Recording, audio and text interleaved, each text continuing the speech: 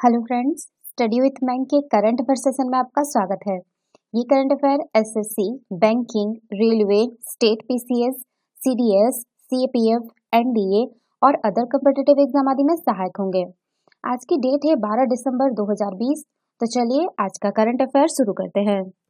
आज का पहला प्रश्न है, हाल ही में किस बैंक ने आत्मनिर्भर महिला स्वर्ण योजना शुरू की है? Option A bank of Baroda, option B Bharatiya state bank, option C Canara bank, option D bank of India. देखिए, बैंक ऑफ बड़ौदा ने हाल ही में जो है अपने बड़ौदा गोल्ड लोन के तहत आत्मनिर्भर महिला योजना की शुरुआत की है। इस योजना का उद्देश्य भारत की आत्मनिर्भर महिला को लक्षित करना है। इस योजना के तहत बैंक महिलाओं को 0.50% की रियायत पर ऋण उपलब्ध कराएगा। गोल्ड लोन स्कीम के तहत बैंक एग्री गोल्ड लोन 0.25% रियायत और रिटेल ऋण 0.50% की रियायत पर देगा। तो इसका सही आंसर होगा option A bank of Baroda. चलिए नेक्स्ट क्वेश्चन पे चलते हैं। विश्व आर्थिक मंच 2021 निम्न में से कौन से देश में आयोजित किया जाएगा? Option A Hong Kong, option B Switzerland, option C दक्षिण कोरिया, ऑप्शन डी सिंगापुर। देखिए, विश्व आर्थिक मंच ने अपनी वर्ष 2021 की वार्षिक बैठक सिंगापुर में आयोजित करने का फैसला किया है। इससे पहले ल्यूसन बैगनस्टॉक स्विट्जरलैंड में 13 से 16 मई 2021 के दौरान आयोजित करने के लिए निर्धारित किया गया था। स्विट्जरलैंड में वार्षिक फोरम को स्थानांतरित करने का निर्णय यूरोप में बढ़ती कोविड-19 महामारी को देखते हुए लिया गया है। साल 1971 में हुई स्थापना के बाद से यह दूसरा मौका है जब फोरम को स्विट्जरलैंड के बाहर आयोजित किया जाएगा। तो इसका सही आंसर होगा ऑप्शन डी सिंगापुर। चलिए नेक्स्ट क्वेश्चन पे चलते हैं। हाल ही में विश्व स्क्वैश फेडरेशन के अध्यक्ष के रूप में निम्नलिखित में से किसे चुना गया है? Option A Jack Spontane, option B Jena Foldries, option C Thomas Walk, option C Susie Simok. देखिए, आपका इंग्लैंड की जेना बॉल्ड्रीज को वर्ल्ड स्क्वैश फेडरेशन का अध्यक्ष चुना गया है। वह जो है साल 1967 में स्थापित फेडरेशन की 10वीं, ध्यान रखिएगा ये स्थापित हुआ है 1967 में, और जब ये बनेगी ये आपका 10वीं बनेगी। ठीक है, 10वें अध्यक्ष बनेगी, 10वें अध्यक्ष बने होगी। वह न्यूजीलैंड की सूसी सिमकोक के बाद अध्यक्ष बनने वाली दूसरी महिला है। वे फ्रांस से निवर्तमान अध्यक्ष जेम्स फॉन्टेन की जगह लेगी। वे इससे पहले साल 2013 से 19 के दौरान यूरोपीय स्क्वैश फेडरेशन के अध्यक्ष के रूप में 6 साल काम कर चुकी है। तो इसका सही आंसर होगा ऑप्शन बी जेना वॉल्ड्रीज। ये ध्यान रखिएगा, ये महिला है, दूसरी महिला है जो कि अध्यक्ष पद पर बने हुए हैं, दूसरी महिला है। ठीक है, और ये पहले है आपका यूरोपीय स्क्वैश फेडरेशन में पहले अध्यक्ष रही थी, लेकिन अभी जो है वो आपका विश्व स्क्वैश फेडरेशन में अध्यक्ष बनेगी। तो चलिए नेक्स्ट क्वेश्चन पे चलते हैं। खेल मंत्री किरण रिजिजू ने संन्यास ले चुके खिलाड़ियों को रोजगार मुहैया कराने के लिए कितने खेलो इंडिया केंद्र खोलेगी? Option A 1500, option B 1200, option C 1000, option D 1800। देखिए, केंद्रीय खेल मंत्री किरण रिजिजू ने कहा है कि संन्यास ले चुके खिलाड़ियों को रोजगार मुहैया कराने हेतु देश में जो है 1000 खेलो इंडिया केंद्र खोलेगी। खेलो इंडिया कार्यक्रम साल 2018 में शुरू किया गया था और इसे भारत में खेल संस्कृति को बेहतर बनाने के लिए लॉन्च किया गया था। खेल मंत्री किरण रिजिजू ने कहा कि जब खिलाड़ियां परेशानी में होते हैं तो इससे भावी पीढ़ियों को हतोत्साहित होती है। तो इसका सही आंसर होगा ऑप्शन सी 1000। चलिए नेक्स्ट क्वेश्चन पे चलते हैं। हाल ही में वॉलमार्ट ने किस देश में वर्ष 2027 तक 10 अरब डॉलर का निर्यात करने की घोषणा की है? Option A Nepal, option B चीन, ऑप्शन सी रूस, ऑप्शन डी भारत। देखिए, दिग्गज रिटेलर वॉलमार्ट ने भारत में होने वाले अपने निर्यात में अगले 7 साल में 3 गुना बढ़ोतरी करने की घोषणा की है। वॉलमार्ट ने कहा कि वर्ष 2027 तक कंपनी सालाना 10 अरब डॉलर के भारत में बनने वाले सामान का निर्यात करेगी। भारत को जो है वैश्विक बाजारों के लिए मैन्युफैक्चरिंग हब के रूप में विकसित करने की सरकार की नीति के समर्थन में वॉलमार्ट ने यह घोषणा की है। तो इसका सही आंसर होगा ऑप्शन डी भारत। चलिए नेक्स्ट क्वेश्चन पे चलते हैं। अंतर्राष्ट्रीय पर्वत दिवस यानी इंटरनेशनल माउंटेन डे निम्न में से किस दिन मनाया जाता है? ऑप्शन ए 15 मार्च, ऑप्शन बी 11 दिसंबर, ऑप्शन सी 16 अप्रैल, ऑप्शन डी 10 जनवरी। देखिए हर साल जो है आपका 11 दिसंबर को पूरे विश्व में अंतर्राष्ट्रीय पर्वत दिवस मनाया जाता है। इस दिन का मुख्य उद्देश्य पहाड़ों के संरक्षण और उसकी समृद्धि, जैव विविधता के बारे में जागरूकता बढ़ाना। यह दिन पर्यावरण में पहाड़ों की भूमिका और जीवन पर इसके प्रभावों को समझने के लिए लोगों को शिक्षित करना है। संयुक्त राष्ट्र महासभा ने वर्ष 2002 को संयुक्त राष्ट्र अंतर्राष्ट्रीय पर्वत वर्ष घोषित किया था। लिख दे रहे हैं, पर्वत वर्ष घोषित किया था इस 2002 को, ठीक है, और घोषित किया। और 11 दिसंबर 2003 से जो है आपका, तो आपका 11 दिसंबर 2003 से अंतर्राष्ट्रीय पर्वत दिवस के रूप में नामित किया। तो इसका सही आंसर होगा ऑप्शन बी 11 दिसंबर। चलिए नेक्स्ट क्वेश्चन पे चलते हैं। हाल ही में भारतीय मूल की किस संसद को कांग्रेसनल प्रोग्रेसिव कॉकस के अध्यक्ष के रूप में यानी सीपीसी के अध्यक्ष के तौर पर चुना गया है? Option A Pramila Jayapal, option B Kamala Harris, option C Medha Narvekar, option D Mala Adiga. देखिए भारतीय मूल की अमेरिकी सांसद प्रमिला जयपाल को अमेरिकी संसद के कांग्रेसनल प्रोग्रेसिव कॉकस के अध्यक्ष के तौर पर चुना गया है। सीपीसी अध्यक्ष के तौर पर चुने जाने वाले जयपाल अमेरिका के जो है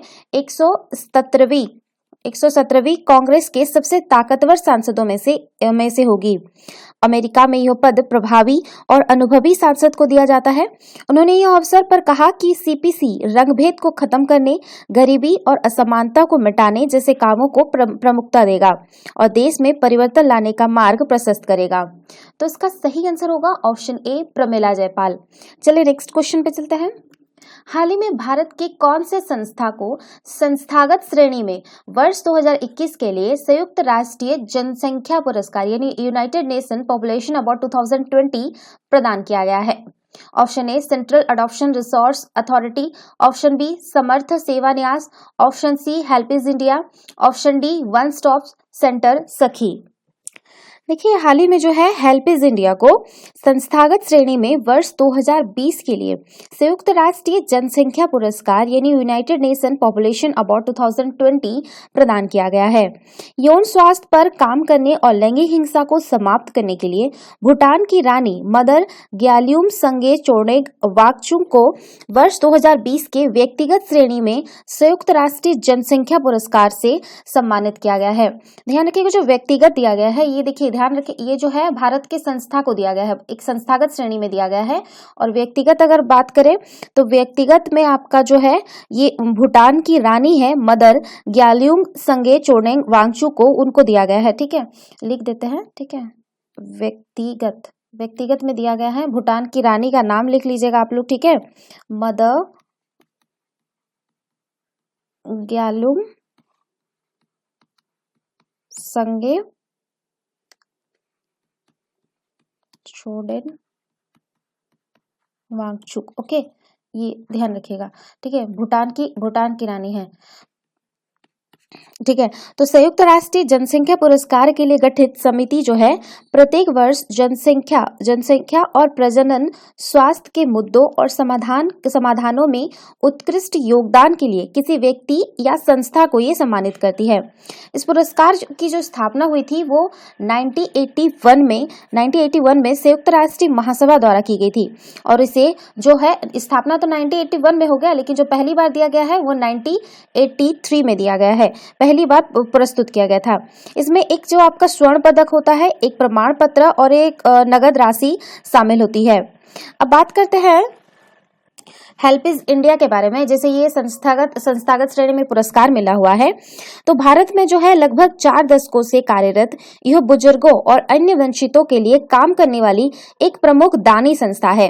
इसकी स्थापना जो है आपका 1978 में की गई थी तथा यह वर्ष जो है 1880 के सोसाइटी पंजीकरण अधिनियम के तहत पंजीकृत है।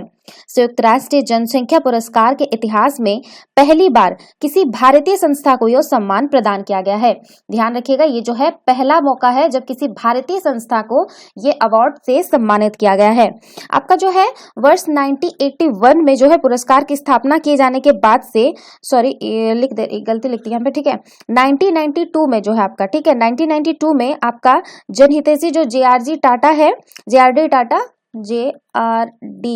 टाटा, ओके, टाटा को है ये पुरस्कार दिया गया था 1992 में।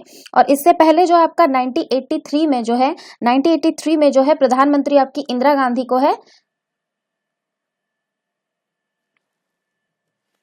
इंदिरा गांधी को जो है ये पुरस्कार दिया गया था, इंदिरा गांधी को 1983 में, और 1992 में JRD टाटा को ये दिया गया था, तभी व्यक्तिगत श्रेणी में दिया गया था, ठीक है। लेकिन अभी जो है पहला मौका है जब ये संस्थागत श्रेणी को मिला है। तो इसका सही आंसर होगा ऑप्शन सी, हेल्वेज इंडिया। चलिए नेक्स्ट क्वेश्चन पे चलते हैं। हाल ही में कौन से भारतीय संचार सेवा प्रदाता कंपनी ने घोषणा की है कि वो भारत में दुनिया का पहला सैटेलाइट आधारित नैरोबैंड IoT नेटवर्क लॉन्च करेगा? Option A BSNL, option B Airtel, option C Vodafone, option D Jio. देखिए आपका जो है हाल ही में है भारतीय कंपनी BSNL ने घोषणा की है कि वो भारत में दुनिया का पहला सैटेलाइट आधारित नैरोबैंड IoT नेटवर्क लॉन्च करेगा। BSNL ने इसके लिए स्काइलोटेक इंडिया के साथ साझेदारी की है। BSNL के अनुसार डिजिटल इंडिया विजन के तहत इस सेवा की शुरुआत मछुआरे, किसान, विनिर्माण, खनन और लॉजिस्टिक क्षेत्र की कंपनियों के साथ होगी। इस सॉल्यूशन के साथ भारत में अब तक लाखों असंबद्ध मशीनों, सेंसर और औद्योगिक IoT उपकरणों के लिए कनेक्टिविटी में व्याप्त तंत्र तक पहुंच होगी। अब बात करते हैं ये नैरोबैंड IoT नेटवर्क है क्या? तो नैरोबैंड IoT या NB-IoT जिसको शॉर्ट में बोल सकते हैं, इंटरनेट ऑफ थिंग्स के लिए एक वायरलेस संचार मानक है। NB-IoT कम शक्ति वाले वाइड एरिया नेटवर्क की श्रेणी से संबंधित है एवं यह उन उपकरणों को जोड़ने में सक्षम है जिन्हें कम मात्रा में डेटा, कम बैंडविड्थ और लंबी बैटरी लाइफ की आवश्यकता होती है। प्रस्तावित सैटेलाइट आधारित नैरोबैंड IoT नेटवर्क के बारे में बात करें तो दुनिया में इस पहले सैटेलाइट आधारित नैरोबैंड IoT नेटवर्क को BSNL और स्काइलो द्वारा, लिख लीजिएगा स्काइलो द्वारा स्थापित किया जाएगा। BSNL दोनों के बीच साझेदारी हुआ है, ठीक है, और दोनों मिलकर ही इसका निर्माण करेंगे। अब नैरोबैंड IoT नेटवर्क को मेक इन इंडिया पहल के तहत स्काइलो द्वारा विकसित किया गया है, जो कि BSNL के सैटेलाइट जमीन पर मौजूद इंफ्रास्ट्रक्चर के जरिए लोगों को कनेक्ट करेगा। तो इसका सही आंसर होगा ऑप्शन ए BSNL। चलिए नेक्स्ट क्वेश्चन पे चलते हैं। हाल ही में व्यापारिक उद्देश्य से ईरान और कौन से देश के प्रतिनिधियों ने दोनों देशों के बीच पहले रेल लिंक का उद्घाटन किया है? Option A Israel, option B Afghanistan, option C तुर्की, ऑप्शन डी कुवैत। देखिए हाल ही में जो है व्यापारिक उद्देश्य से ईरान और अफगानिस्तान के प्रतिनिधियों ने दोनों देशों के बीच पहले रेलवे लिंक का उद्घाटन किया है। इस यो जो परियोजना है 2007 में शुरू हुई थी। इससे दोनों देशों के मध्य व्यापारिक गतिविधियों को प्रोत्साहन मिलेगा। इस रेलवे लाइन की लंबाई पूर्वी ईरान से पश्चिमी अफगानिस्तान के बीच जो है आपका 140 किलोमीटर है। इसे अफगानिस्तान के हेरात शहर तक पहुंचाने के लिए 85 किलोमीटर तक और बढ़ाया जाएगा। इससे युद्ध प्रभावित अफगानिस्तान में अहम परिवहन सुविधा उपलब्ध हो सकेगी। विदित हो कि ईरान अमेरिका की ओर से प्रतिबंध लगाए जाने के बावजूद रेलवे लाइन के निर्माण में सफल रहा है। गौरतलब है कि अफगानिस्तान के राष्ट्रपति ने इस रेल मार्ग को ईरान का बेशकीमती तोहफा करार दिया है। इस रेल मार्ग एशिया में समृद्ध फैलाने वाले प्राचीन व्यापार मार्ग सिल्क रोड को बहाल करने में मदद करेगा। तो इसका सही आंसर होगा ऑप्शन बी अफगानिस्तान। तो ये था आज के करंट अफेयर। वीडियो पसंद आए तो लाइक, शेयर और कमेंट करना ना भूलें। साथ ही साथ चैनल को सब्सक्राइब करना ना भूलें। Thanks for watching. Have a nice day. Take care.